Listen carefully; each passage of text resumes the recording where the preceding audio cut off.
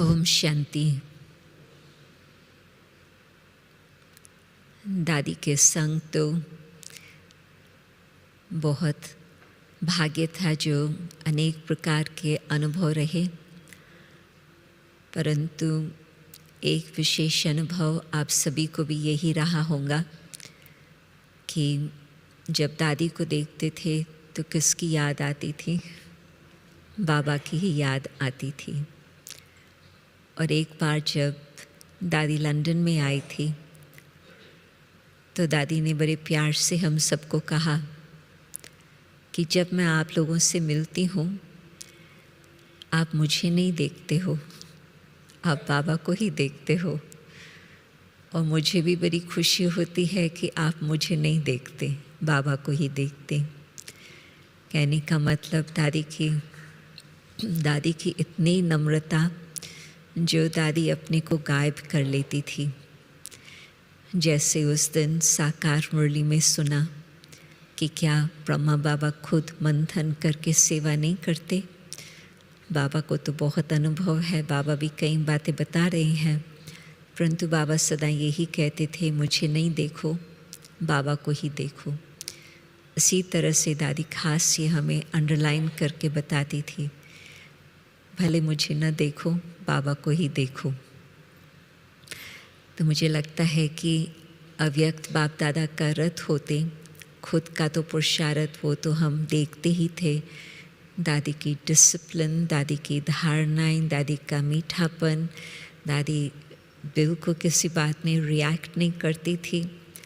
जो बाप दादा हमें अव्यक्त मूल्यों में शिक्षा देती हैं, लगता था कि दादी ने ऊपर ही बैठ कर के वो सुनकर या यहाँ नीचे आकर के बाद में पढ़ कर, परंतु बाबा का जो इतना संग का रंग लग गया, बिल्कुल वही बातें हम दादी के जीवन में प्रैक्टिकल स्वरूप में देखते रहे।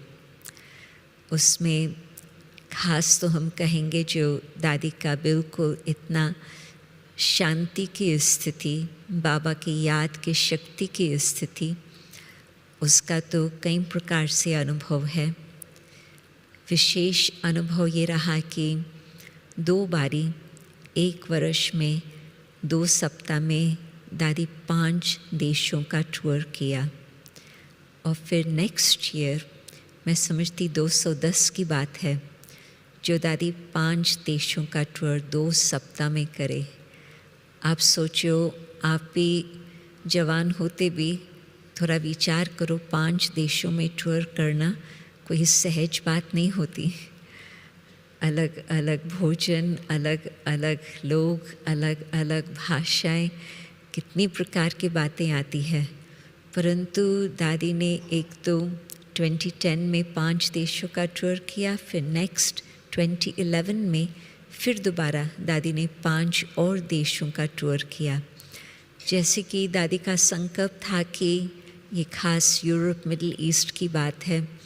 दादी को संकल्प था कि जहाँ पर बाबा के स्थान बने हुए हैं, वहाँ मैं पाँव रख कर के उन आत्माओं को मैं उन्हों की सेवा करूं, अथवा उन्हों को मैं नज़दीकपन से अनुभव कराऊं अथवा भाषण दूं। तो जब जो पहला टूर था, उसमें दादी ने फ्रांस का रखा था प्रोग्राम। उसमें पेरिस में दादी की जब अव्यक्त बाप दादा से कुछ प्रश्न पूछा गया सेवा के संबंध से, वहाँ कुछ गवर्नमेंट के तरफ से रुकावटें थी, तो बाबा ने दादी के द्वारा फ्रांस वाले लोगों को संदेश दिया था कि आप लोग ऐसी तपस्या करो, जो सारे देश मिल करके दिन में सवेरे शाम ऐसा टाइम फिक्स करो, जो आप कुछ समय तक वो तपस्या करके देश का वातावरण बदली करो। और प्रैक्टिकल 6 मास के अंदर ऐसा वातावरण चेंज हो गया, जो ब्रह्मा कुमारीज का पहले कार्य हम लोगों को वहाँ हॉल लेना ही संभव नहीं था, क्योंकि कुछ ऐसे कायदे कानून बन गए थे। परंतु 6 मास के बाद उन्होंने ये शुभ समाचार भेजा कि अभी वो वातावरण चेंज हो गया है, हम लोगों को छुट्टी मिल गई है, हम लोग हॉल भी ले सकते हैं और बड़े बड़े लोगों के साथ मुलाकात भी हो गई। तो दादी इतना क्लियर इंस्ट्रूमेंट थी, जो दादी के द्वारा जो संदेश आता था, यदि कोई एक्यूरेट उसकी पालना करे वो जादू का खेल हो जाता था। तो दादी को भी फिर उन्होंने तो नेचुरली दादी को निमंत्रण दिया आने का, तो दादी भी बहुत प्यार से बहुत खुशी से वहाँ चली। और वहाँ पर इतना बहुत बड़ी संख्या थी विदेश के हिसाब से, यहाँ तो और 0 ऐड करो तो कहेंगे बड़ी संख्या है, वहाँ तो करीब 300 की संख्या थी। सारे फ्रांस के ब्राह्मण और आजू बाजू के देशों के भी ब्राह्मण पहुँच गए थे। तो वो छोड़े ही नहीं दादी को। लास्ट दिन भी दादी का क्लास पूरा हुआ तो भी कुछ न कुछ, कोई डांस करे, कोई गीत गाए, मतलब ऐसे उन्होंने अपने उमंग से ऐसे रखा टाइम टेबल, जो दादी लास्ट मिनट के लिए एयरपोर्ट पर निकली। और बाय चांस उस दिन बहुत ज़बरदस्त भीड़ थी रोड पर, ट्रैफिक इतना जैम था। तो वैसे तो नॉर्मल हिसाब से तो दादी का एयरपोर्ट पर आना और सीधा चले जाना, परंतु उस दिन मुझे भी याद नहीं है क्या कारण बना, परंतु टिकट का कुछ नीचे ऊपर था, तो उन्होंने थोड़ा टाइम लगा लिया। और उस समय हम लोग, मैं और एक दो और बहनें थी साथ में, भाषा उन्हों की फ्रेंच भाषा, तो मेरे साथ भी एक दो थे। तो हम लोग एक स्थान से दूसरे स्थान, दूसरे स्थान से तीसरे स्थान, हम लोग भाग कर दौड़ करते रहे, टिकट्स का देखना करना। और मैं बीच बीच में फिर दादी के पास चक्कर लगाती थी, तो मैंने देखा कि दादी बहुत प्यार से, सारा ग्रुप पट पर बैठा था वहाँ एयरपोर्ट पर ही, और दादी दृष्टि दे रही है, थोड़े थोड़े शब्दों में उनको इंग्लिश में बोल भी रही है, बाबा की बातें कुछ सुना रही है, तो वो भी मौज कर रहे थे, दादी भी बड़े प्यार से उनको बहला रही थी। उस बीच में जब तक हमारी टिकट का कुछ इंतज़ाम हो, फिर हम लोगों को संदेश मिला कि जो दो बहनें लंदन की है, मैं और एक और बहन थी, उन्हों को तो जाने का हो सकता है, दादी और नीलू बहन को नहीं मिल सकता। तो हम उनको छोड़ के कैसे जाएं पेरिस के एयरपोर्ट पर, तो हम लोगों ने भी वो चेंज करा लिया, ठीक है। और फिर बाय चांस, नहीं तो उसी दूसरे इटली में जाना था, और इटली में भी कोई मेन सेंटर पर नहीं है, एक और छोटा शहर है, क्योंकि फिर जाना था रिट्रीट प्लेस पर। तो वहाँ पर जो फ़्लाइट थी उसके बाद मैंने सोचा शायद दूसरे दिन ही फ़्लाइट होंगी, परंतु प्रकृति जीत दादी, तो 1.5 घंटे के बाद दूसरी फ़्लाइट थी। तो बिल्कुल आराम से वो हम पकड़ सकते थे, एयरपोर्ट पर तो बैठे ही थे। तो फिर मैंने देखा कि वो जो टाइम बीता दादी का एयरपोर्ट पर, दादी के चेहरे पर 1 सेकंड भी कुछ फ़र्क आए बिल्कुल ही नहीं। नहीं तो बीच बीच में कोई सोच सकता है, बताओ क्या हो रहा है, क्यों नहीं जा रहे हैं, बताओ तो सही। तो हम बीच में चक्कर लगाती रही और थोड़ा थोड़ा बताती रही, परंतु दादी के चेहरे पर कुछ फ़र्क नहीं आया। दादी मुस्कुराते शांत स्वरूप। आप सोचो आपका फ़्लाइट मिस हो जाए, आपकी क्या उथल पाथल होगी मन में, परंतु दादी ऐसे शांत, जो सब बातें ठीक भी हो गई, टिकट्स का प्रबंध भी हो गया। और फिर हमने सोचा कि वैसे तो था कि हम वहाँ जा कर के भोजन करेंगे, फिर उन्होंने पेरिस में जल्दी जल्दी कुछ प्रबंध करके दादी के लिए भेज दिया, हम सब के लिए भी। तो दादी ने इतना प्यार से सबके साथ पिकनिक करके, भोजन करके, फिर सभी को छुट्टी दी। फिर मैं समझती हूँ दादी का करीब 3 घंटा उस दिन एयरपोर्ट पर था, तो दादी कहती थी कोई हर्जा नहीं, कोई हर्जा नहीं। मुझे भी थोड़ा फिक्र हो गया। दादी कहे नहीं तुम सोचो नहीं, इन्हों को ये एक्स्ट्रा पालना मिलने वाली थी। तो हर बात में पॉजिटिव सोचना, ये भी दादी का आप लोगों ने सुना भी होगा, देखा भी होगा, परंतु ये बहुत बड़ी अंडरलाइन हो गई। परंतु दादी के शांति की स्थिति का मैंने देखा कि किसी बात में, टिकट की तो चलो एक बात है, शायद उसी समय या दूसरी सेकंड टूर में हम लोग थे टर्की में, और टर्की में एक माता थी जिसका बहुत सुंदर मकान था एक छोटे से आइलैंड पर, और वो चाहती थी कि दादी को मैं अपनी बोट में वहाँ लेके चलूँ और वहाँ मैं अपने फ्रेंड्स के साथ दादी की मुलाकात करूँ। तो वो उसकी पर्सनालिटी भी विशेष थी उस माता की, तो दादी ने प्यार से स्वीकार किया था। तो हम लोग बोट में चढ़े, छोटा सा ही बोट था, मीन्स 10 लोगों का, 10 से ज़्यादा नहीं। तो हम लोग सब उसमें आ गए जो भी नज़दीक वाले थे, तो और माता भी साथ में थी। तो रास्ते में आधे घंटे का ही सफ़र था बोट में, कोई लंबा सफ़र नहीं था, परंतु 10-15 मिनट के बाद बहुत स्ट्रेंज हिसाब से, क्लाइमेट का हिसाब कुछ अलग ही होता कब कब, तो बोट हिलने लगी, बहुत हिलने लगी। तो नीलू बहन और हम दादी को देखें, दादी ठीक है, क्योंकि बोट इतना हिलना कोई सिंपल बात नहीं है, परंतु दादी बिल्कुल शांति में, बिल्कुल अपनी स्थिति में निसंकल्प, और करीब 10 मिनट तक ये खेल चला प्रकृति का, जैसे हम लोगों को दिखाने के लिए कि दादी फिज़िकल प्रकृति जीत भी है। और दादी बिल्कुल शांत रही। हम लोग उस स्थान पर पहुँचे और वो माता भी थोड़ी घबराई हुई थी कि ये तो मैंने बिल्कुल एक्सपेक्ट नहीं किया था।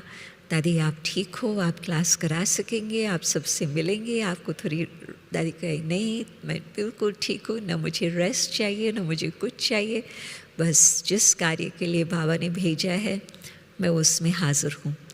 तो फिर उस समय भी देखा दादी का प्रकृति जीत। उस समय एक तरफ था टर्की, दूसरी तरफ था इज़राइल। टर्की मुसलमान देश, इज़राइल यहूदियों का देश, और उस समय फिर ग्रीस में भी जाना हुआ। ये सब देश आपस में आजू बाजू में है। तो ग्रीस फिर क्रिश्चियन देश, तो एक एक स्थान का भी बिल्कुल कल्चर अलग, रिलीजन अलग, न सिर्फ भाषा अलग, रिलीजन अलग। परंतु दादी ने एक एक स्थान में ऐसे सबको भाषणा दी जो उनको बाबा के और नज़दीक लेके आई। परंतु यहाँ टर्की में,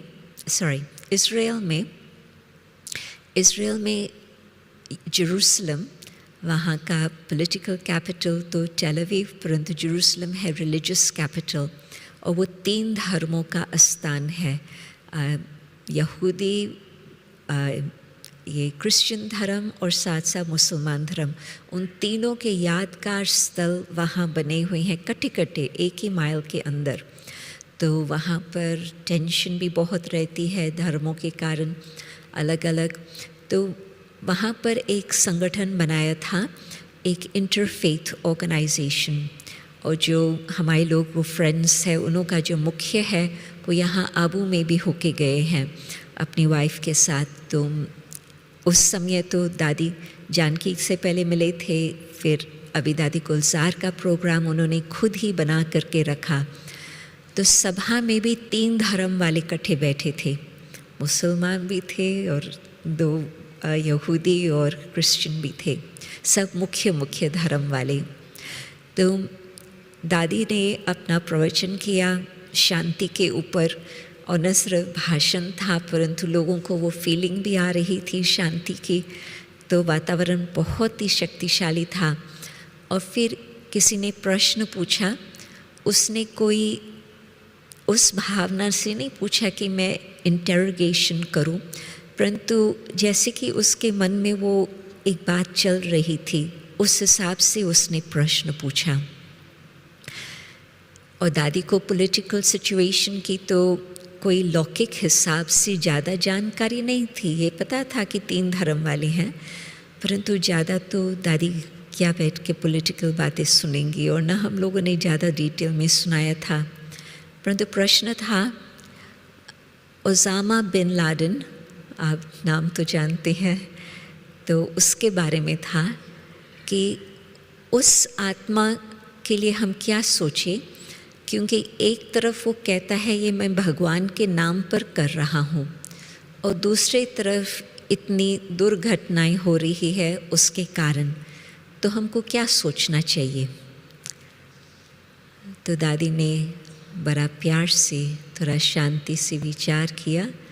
बाबा की याद में विचार तो और कोई पॉलिटिकल हिसाब से नहीं, परंतु बाबा की याद के ही दादी उस स्थिति में फिर उसको उत्तर दिया कि हम ये नहीं सोचते हैं कि वो क्या कर रहा है और क्या उसका नतीजा है। हम ये सोचते हैं कि हर आत्मा को परमात्मा के शांति के किरणें मिले, ताकि हर आत्मा को पता चले मुझे अब क्या करना चाहिए। सारी सभा शांत हो गई। तो दादी और दादी का बाबा के साथ संबंध इतना घनिष्ठ, इतना गहरा, जो दादी जैसे ब्रिजमोहन भाई साहब कह रहे थे कि बाबा बोल रही हैं या दादी बोल रही है, मालूम नहीं पड़ता था। तो बिल्कुल बाबा की टचिंग कहें या बाबा की उस समय हाज़री कहें, नहीं तो हम लोगों से कोई प्रश्न इस तरह से पूछे और स्पेशली उस सिचुएशन में, भारत में आपसे ये प्रश्न पूछे, आप अपनी बुद्धि से कुछ भी जवाब दो, परंतु उस सिचुएशन में जहाँ पर 3 धर्म इकट्ठे हैं और दादी फिर जन्म तो हिंदू धर्म में हुआ था, उनको ब्राह्मण धर्म का तो मालूम ही नहीं, परंतु वो भी कहेंगे चौथा धर्म उस बीच में। तो बाबा का जो कनेक्शन था दादी के साथ, बिल्कुल बाबा दादी को टच करते थे और उस अनुसार दादी उत्तर दे पाती थी। तो मैं देखती हूँ कि जिन्होंने उस समय ये भाग्य स्वीकार किया, उन देशों में जहाँ जहाँ दादी का पाँव पड़ा, हर देश की अपनी कहानी है। लास्ट में मैं तो ये कहेंगी कि जब दादी लंदन में आती थी, जो साइलेंस का अनुभव सभी को कराती थी, वो साइलेंस के वाइब्रेशंस हर आत्मा को उड़ा लेते थे। बड़ी बड़ी सभाएं होती थी, चाहे ऑक्सफोर्ड में 1500 की सभा कई बार होती थी, वहाँ पर भी दादी की हाज़री और दादी का जो स्थिति थी वो ही बहुत सेवा करती थी। कहानियाँ तो बहुत है, परंतु समय भी दौड़ता जा रहा है, तो मैं अब बस यही कहेंगे कि न केवल हम ऊपर उड़ के चलें दादी के पास, परंतु साथ साथ जैसे मैंने पिछले साल भी देखा, दादी जानकी का जाना और सेवा और कदम आगे बढ़ा, भारत में भी चाहे विदेश में भी। और अभी दादी गुलजार का भी अव्यक्त होना, और मुझे मालूम है ये भी जादू का खेल है, जिसमें और भी हम देखेंगे कि सेवा कैसे बढ़ती है। परंतु बाबा हम ब्राह्मणों का भी आह्वान कर रहे हैं कि हम भी जल्दी जल्दी उड़ के पहुँचें। ओम शांति।